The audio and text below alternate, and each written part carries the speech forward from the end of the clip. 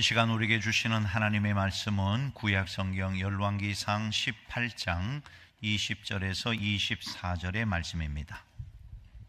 열왕기상 18장 20절에서 24절 말씀을 한 절씩 교독하시겠습니다. 아합이 이에 이스라엘의 모든 자손에게로 사람을 보내 선지자들을 갈멜산으로 모으니라.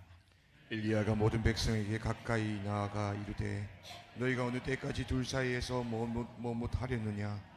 여호와가 만일 하나님이시면 그를 따르고 바알이 만일 하나님이면 그를 따를지니라 하니 백성이 이 말 한마디도 대답하지 아니하는지라.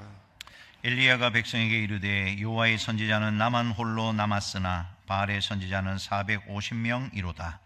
그런즉 송아지 둘을 우리에게 가져오게 하고 그들은 송아지 한 마리를 택하여 각을 떠서 나무 위에 놓고 불은 붙이지 말며 나도 송아지 한 마리를 잡아 나무 위에 놓고 불은 붙이지 않고 다 같이요. 너희는 너희 신의 이름을 부르라. 나는 여호와의 이름을 부르리니 이에 불로 응답하는 신 그가 하나님이니라. 백성이 다 대답하되 그 말이 옳도다 하니라. 아멘.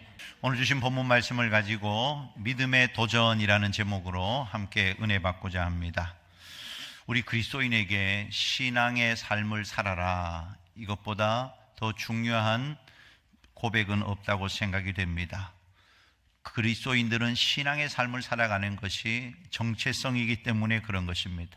세상 사람과 그리스도인의 차이가 뭘까요? 외모나 가진 것에서는 나타나지 않습니다. 세상 사람들은 세상의 삶을 살지만 우리 믿음의 성도들은 신앙의 삶을 살아간다 하는 것입니다. 그런데 우리가 신앙으로 살아가는 것이 그렇게 녹록지가 않습니다. 여러 상황들 속에서 정말 신앙으로 살아간다는 것이 때로는 힘에 겨울 때도 있다는 것입니다. 그럼에도 불구하고 우리들은 신앙의 삶을 살아가야 합니다. 이것이 하나님의 부르심의 소명이며 목적이기 때문에 그렇다 하는 것입니다. 자, 보십시오. 아합과 이세벨, 그들에게는 바알 신이 있었습니다.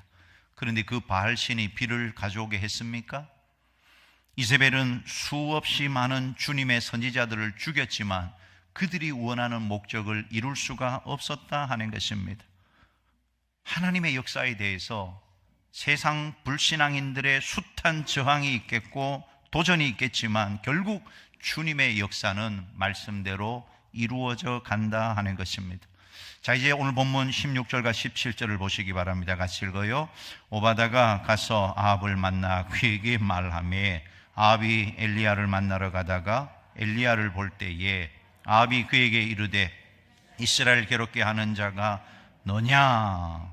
드디어 아합 왕과 엘리야가 맞닥뜨리게 됩니다. 아합이 말합니다. 이스라엘 괴롭게 한 자가 너냐? 엘리야가 기겁하고 도망을 간 것이 아니라 도리어 아합 왕을 향하여 손가락을 가리키면서 이렇게 대답을 합니다. 18절 같이 읽어요. 그가 대답하되 내가 이스라엘을 괴롭게 한 것이 아니라 당신과 당신의 아버지의 집이 괴롭게 하였으니 이는 여호와의 명령을 버렸고 당신이 바알들을 따랐습니다. 담대하고 의연한 엘리야의 모습을 보시기 바랍니다. 하나님의 사람은 핍박을 받더라도 하나님을 신뢰함으로 담대해야 한다는 것이에요. 예수님도 고발당했습니다. 바울도 고발당했습니다. 데살로니가에 도착한 하나님의 사람들은 천하를 어지럽히는 자라고 고발을 당했습니다. 어느 시대나 믿음 안에 경건하게 살고자 하면 핍박과 박해가 많다 하는 것입니다. 그럼에도 불구하고 우리는 하나님을 신뢰해야 해요. 오늘 엘리야는 하나님을 신뢰했기 때문에 그 아합 왕 앞에서 자기를 죽이려고 3년이나 쫓아다닌 아합 왕 앞에서도 담대하게 외치고 있는 것입니다. 여러분, 두려움, 불신앙은 두려움을 낳아요. 그러나 하나님에 대한 신앙은 용기를 낳게 된다 하는 것입니다. 이사야 12장 2절 같이 한번 읽어볼까요? 보라, 하나님은 나의 구원이시라. 내가 신뢰하고 두려움이 없으리니 주 여호와는 나의 힘이시며 나의 노래시며 나의 구원이심이라. 아멘. 올 한 해 내가 신뢰하고 두려움이 없으리니 올 한 해는 하나님을 더욱 신뢰함으로 두려움을 이기고 하나님의 역사를 이루어가기를 주님의 이름으로 축원합니다. 여러분 보십시오.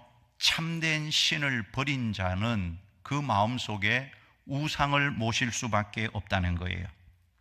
로마서 1장 23절에 보면 바울 사도가 말합니다. 이방인들의 죄악 가운데 굉장히 두드러진 특징이 하나가 있는데 하나님의 형상을 우상으로 바꾸었다 하는 것입니다. 하나님 없으면 그 마음은 우상에게 사로잡힐 수밖에 없어요. 신학자 볼코프가 말한 것처럼 인간은 불가피하게 종교적인 것입니다. 참신을 모시지 않으면 다른 악한 우상을 섬길 수밖에 없다 하는 것입니다. 오늘 아합에게 엘리야는 담대하게 외치는 거예요. 당신이 바알을 섬겼기 때문에, 하나님을 버리고 바알을 섬겼기 때문에 이런 재앙이 왔노라고. 이제 이 사실 때문에 아합 왕과 엘리야, 참신이 그러면 누구냐? 우리 한번 가려보자. 혈전을 벌이게 됩니다. 19절의 말씀에 보면 같이 읽어볼까요? 그런즉 사람을 보내 온 이스라엘과 이세벨의 상에서 먹는 바알의 선지자 450명과 아세라의 선지자 400명을 갈멜산으로 모아 내게로 나오게 하소서. 이렇게 해서 850대 1로 결전이 벌어지게 되었습니다. 인간의 계산으로 누가 이기겠습니까? 850대 1, 850이 이길 것처럼 보입니다. 엘리야는 혼자입니다. 그러나 여러분, 우리 영적인 하나님의 사람들은 엘리야가 혼자라고 보면 안 됩니다. 그 배후에 하나님이 계시는 것을 믿으시기 바랍니다. 하나님이 부리시는 수천 수만의 천사가 엘리야를 돕고 있는 것을 믿으시기 바랍니다. 오늘 엘리야와 바알 선지자들의 이 결전 장면에서 엘리야가 이스라엘 백성들에게 도전하고 있어요. 아니, 오늘 우리에게 도전하고 있습니다. 오늘 그 도전을 받아들이고 우리도 하나님의 말씀에 순종하고 나아가기를 원합니다. 첫 번째, 믿음의 결단을 요청하고 있다 하는 것입니다. 오늘 하나님은 우리에게 믿음의 결단을 요청하고 있습니다. 21절 같이 읽어보아요.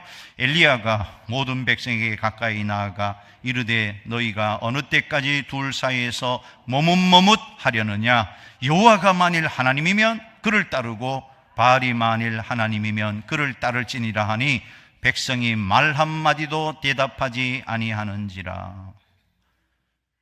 하나님과 바알 앞에서 머뭇머뭇하고 있는 백성들에게 둘 중 하나를 선택하라고 요청하고 있다는 것입니다. 오늘 하나님은 우리에게 말씀하십니다. 하나님과 세상 가운데 하나님을 선택하라고 요청하고 있는 것이에요.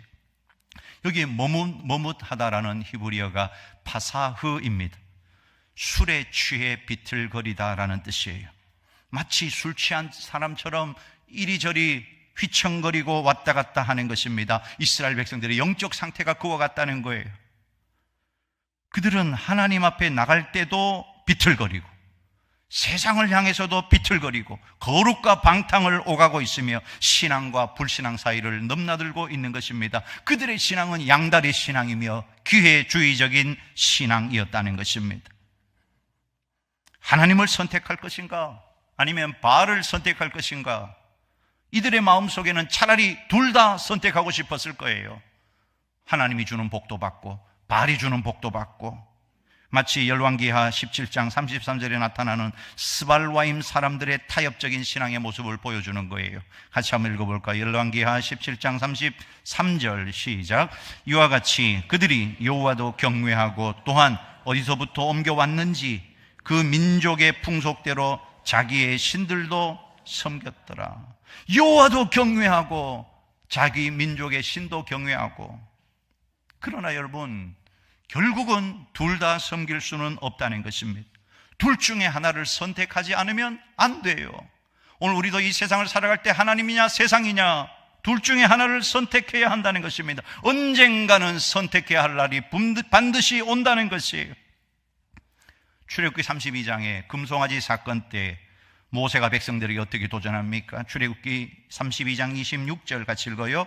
이에 모세가 진문에 서서 이르되 누구든지 여호와의 편에 있는 자는 내게로 나오라 하며 제 자손이 다 모여 그에게로 가는지라. 누구든지 여호와의 편에 있는 자는 나오라는 것입니다. 나와야 해요. 여호수아, 이스라엘 백성들이 가나안 땅의 이방 신들을 섬길 때에 뭐라고 도전하고 있습니까? 여호수아 24장 15절입니다. 같이 읽어요. 만일 여호와를 섬기는 것이 너희에게 좋지 않게 보이거든 너희 조상들이 강 저쪽에서 섬기던 신들이든지 또는 너희가 거주하는 땅에 있는 아모리 족속의 신들이든지 너희가 섬길 자를 오늘 택하라. 오직 나와 내 집은 여호와를 섬기겠노라 하니. 택해야 합니다.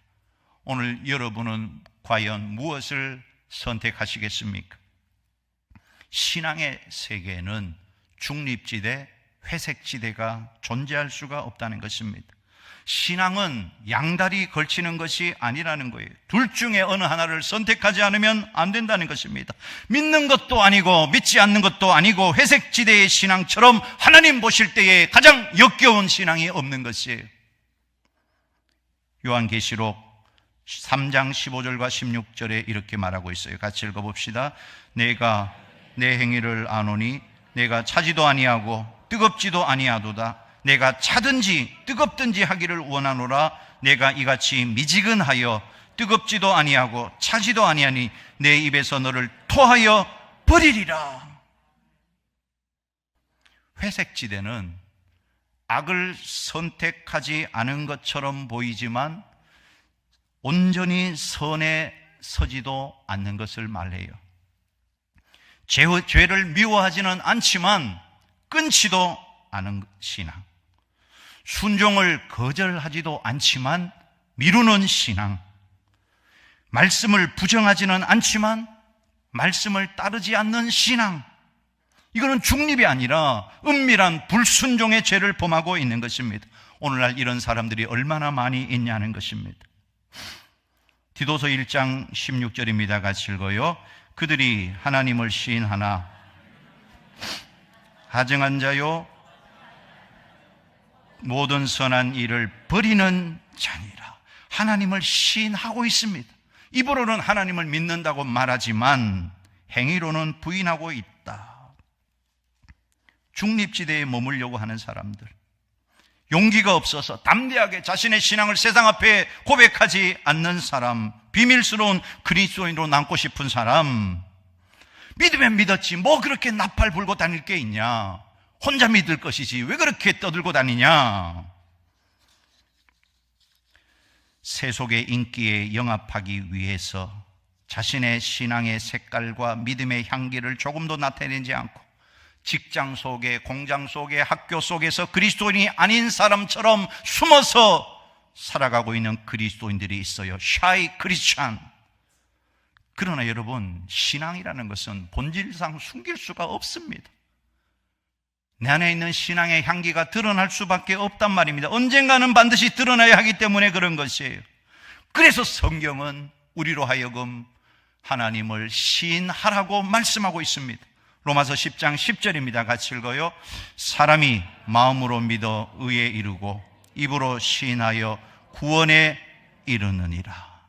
입술로 시인하고 행위로도 시인하고 우리의 삶으로도 시인해야 된다고 성경이 말하고 있는 것입니다. 21절 다시 한 번 더 읽겠습니다. 엘리야가 모든 백성에게 가까이 나아가 이르되 너희가 어느 때까지 둘 사이에서 머뭇머뭇하려느냐. 여호와가 만일 하나님이면 그를 따르고 바알이 만일 하나님이면 그를 따를지니라 하니 백성이 말 한마디도 대답하지 아니하는지라. 이 침묵은 비겁한 침묵입니다. 한마디도 대답하기를 원치 않습니다. 아마 자신들의 신변에 위협이 가할 것을 생각했기 때문에 그랬을 것이.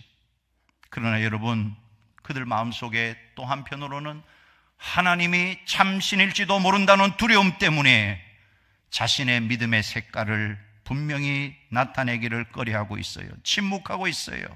비겁한 침묵입니다. 혹시 우리 가운데도 비겁한 침묵을 지키고 있는 자가 있지는 않습니까? 사탄이 한국교회 성도들을 교묘하게 무너뜨리는 전략이 있습니다. 혼합주의 신앙으로 교묘하게 무너뜨리고 있어요. 혼합주의 신앙. 하나님을 섬긴다고 말은 하는데 여전히 세상의 가치, 세상의 문화, 세상의 우상을 함께 섬기는 신앙입니다. 겉으로는 하나님의 이름을 부르지만 실제 삶의 결정의 순간에는 다른 것들이 지배를 하고 있는 것입니다. 혼합주의라는 말은 하나님을 버리겠다가 아니라 하나님만은 곤란하다는 거예요. 하나님 플러스 알파를 더해야 된다고 생각하는 것입니다. 하나님 한 분만으로는 만족이 되지 않겠다는 거예요. 하나님도 좋지만 세상도 좋다는 것입니다. 여러분, 이 혼합주의 신앙의 가장 큰 위험성이 뭐냐 하면 죄에 대하여 둔감해져요. 회개가 완전히 사라져요. 하나님의 음성이 더 이상 들리지를 않습니다. 하나님은 혼합된 예배를 원치 않으십니다. 받지 않으세요. 예배는 항상 전부가 아니면 무효입니다. 우리의 온 마음과 온 삶을 드리지 않는 예배는 예배일 수가 없다는 것이, 하나님은 조금만 덜을 원하는 것이 아니라 오직을 원하십니다. 우리의 전부를 원하시지 조금 덜을 원하시는 것이 아니라는 거예요. 시대적으로 교회가 아무리 촌스러워 보이고 세상 사람들 눈앞에 무식해 보일지라도 교회는 오직 여호와 하나님만을 선택하고 진리를 붙들고 믿음으로 전진해야 할 줄로 믿습니다. 올 한 해 그런 믿음의 승리자들이 다 되실 수 있기를 주님의 이름으로 축원합니다. 두 번째, 절대 신앙을 가지라고 도전하고 있어요. 22절 말씀 같이 읽어보겠습니다. 엘리야가 백성에게 이르되 여호와의 선지자는 나만 홀로 남았으나 바알 선지자는 450명이로다. 혼자 남았다는 것입니다. 얼마나 외롭고 고독하겠습니까? 아무도 자기 편에 서 있는 사람이 없어요.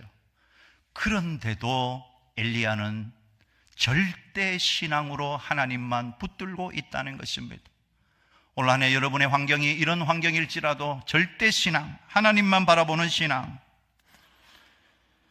여러분, 우리는 세상을 닮아가는 자가 아니고 세상을 따라가는 자가 아니란 말입니다.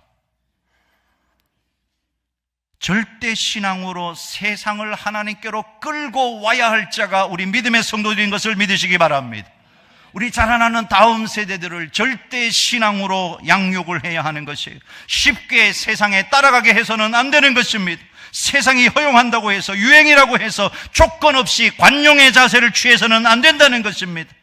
세상 것과는 비교할 수 없는 너무나도 소중한 신앙의 가치를 반드시 전수해 주어야 한다 하는 것이, 만약에 이 사명을 감당하지 못하면 우리 다음 세대는 다른 세대가 되고 말 거란 말입니다.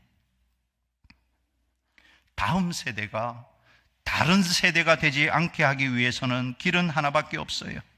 가르치고 본을 보이고 함께 예배하고 함께 울고 기도하고 우리의 신앙이 다음 세대의 신앙이 되도록, 우리의 예배가 다음 세대의 불같은 예배가 되도록 우리가 책임져야 한다 하는 것입니다. 다음 세대가 다른 세대가 되지 않게 해야 합니다. 이것은 선택이 아니라 오늘 이 시대 하나님이 우리에게 주시는 교회의 사명인 줄로 믿습니다. 어떤 목사님이 장례식을 집례하게 되었어요. 돌아가신 분이 교회에서 오랫동안 섬겼던 집사님입니다. 예배도 봉사도 헌신도 빠지지 않았던 분이에요. 그런데 그 장례식 저 뒤쪽에 검은 옷을 입은 한 청년이 고개를 푹 숙이고 있습니다. 그 교회에 오랫도록 나오지 않고 있는 이 집사님의 아들입니다. 목사님이 조심스럽게 물었어요. 아버지에 대해서 한마디 해줄 수 있겠니? 한참 침묵하다가 청년이 떨리는 목소리로 이렇게 말합니다.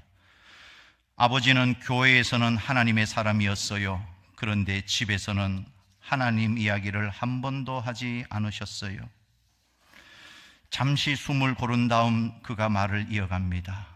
아버지는 교회에 갈 때는 성경을 들고 나가셨지만 집에 돌아오면 성경을 내려놓으셨어요.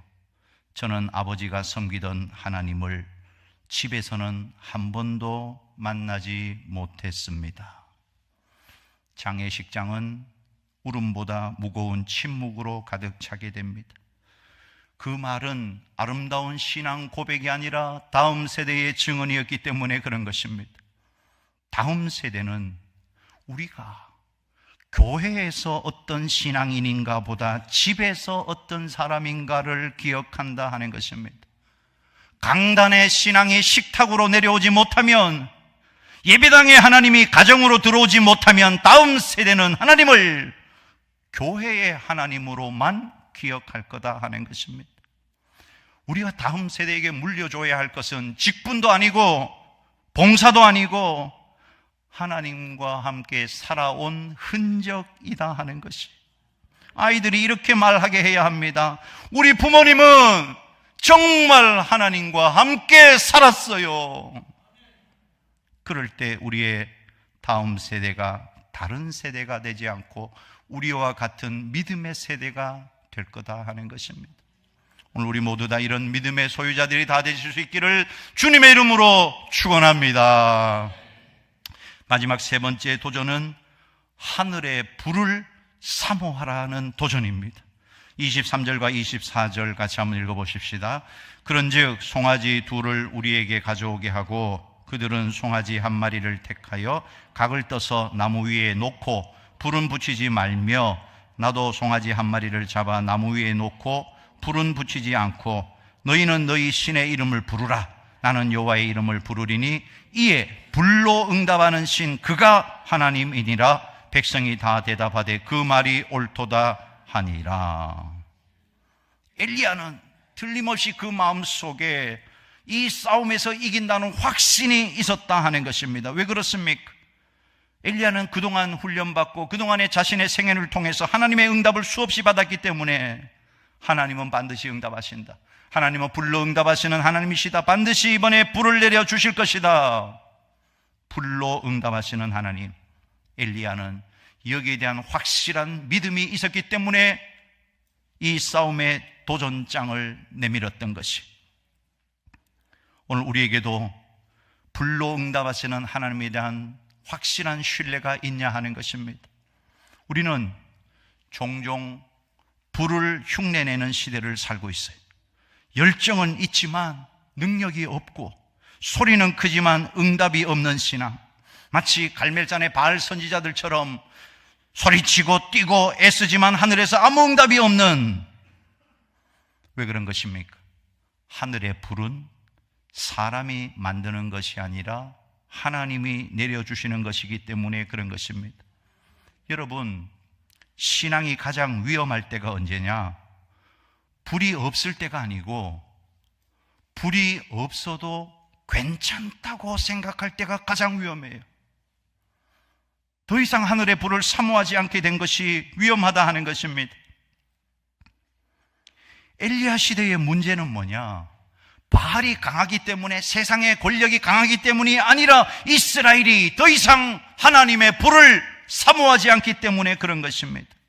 오늘 하나님은 우리에게 묻고 있습니다. 하늘의 불을 사모하느냐? 부흥을 사모하느냐?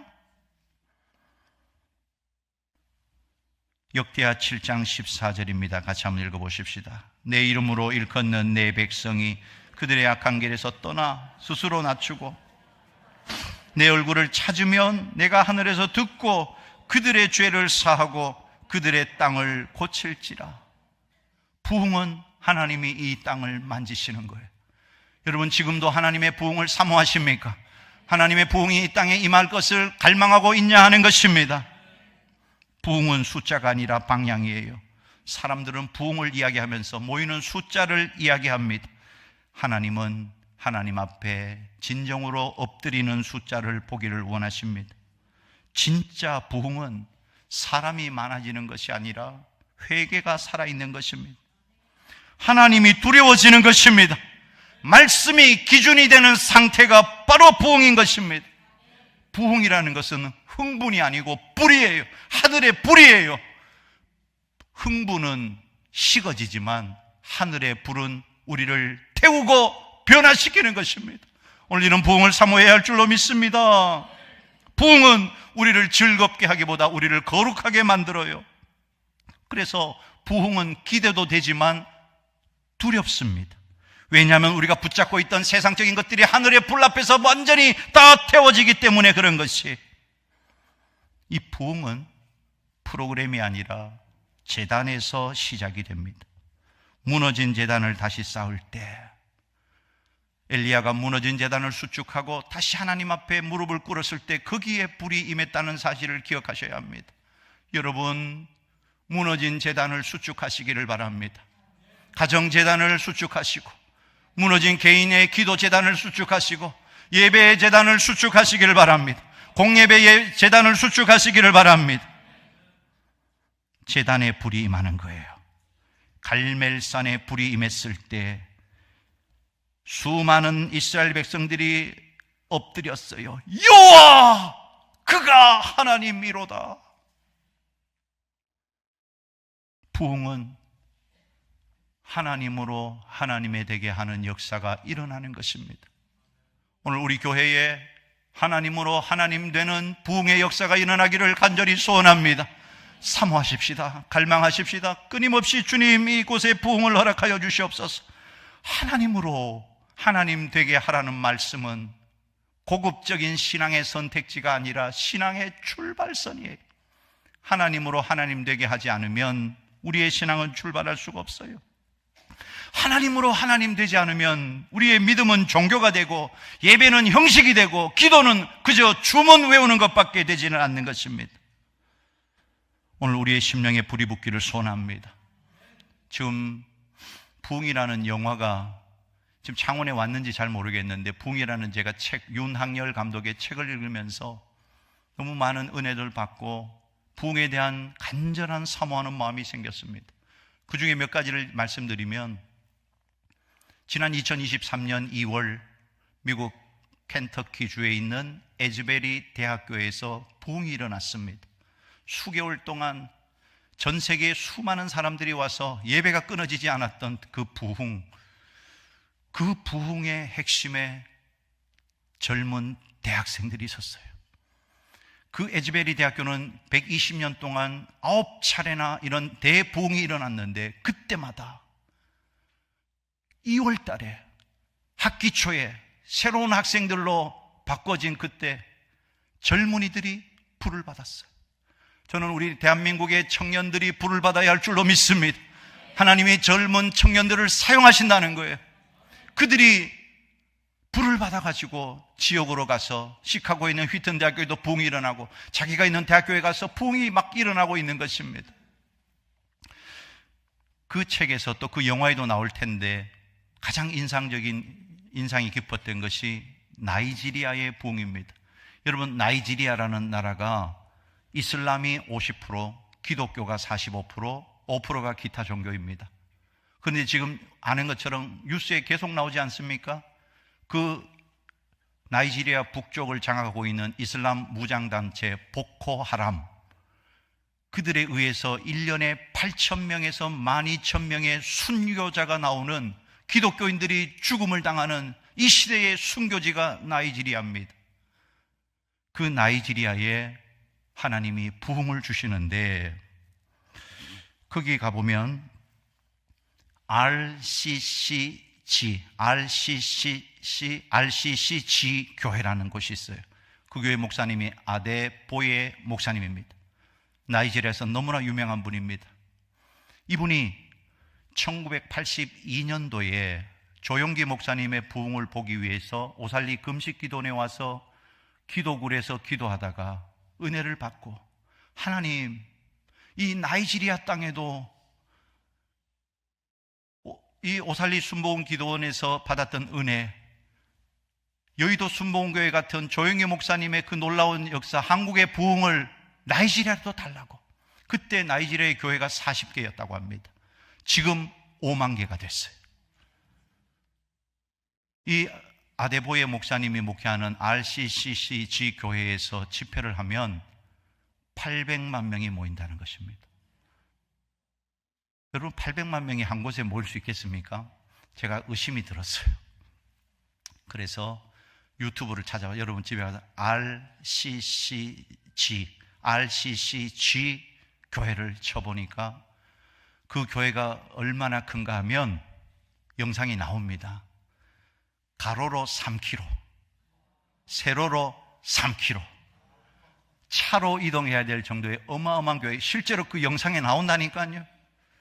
하나님께서 그 순교의 땅에 또한 부흥의 역사를 베풀고 계십니다. 지금 인도의 브라질에 지금 전 세계의 하나님의 부흥의 역사는 지금도 일어나고 있습니다. 새로운 부흥의 물결이 몰려오고 있는 것을 믿으시기 바랍니다. 하나님이 이 땅을 만지기를 원하시는 거예요. 오늘 믿음으로 결단하기를 소원합니다. 오늘 우리 가운데 하늘의 불이, 성령의 불이, 은혜의 불이 붙어서 이 시대에 하나님의 큰 역사를 이루어가는 우리 교회와 우리 온 성도들 될 수 있기를 주님의 이름으로 축원합니다.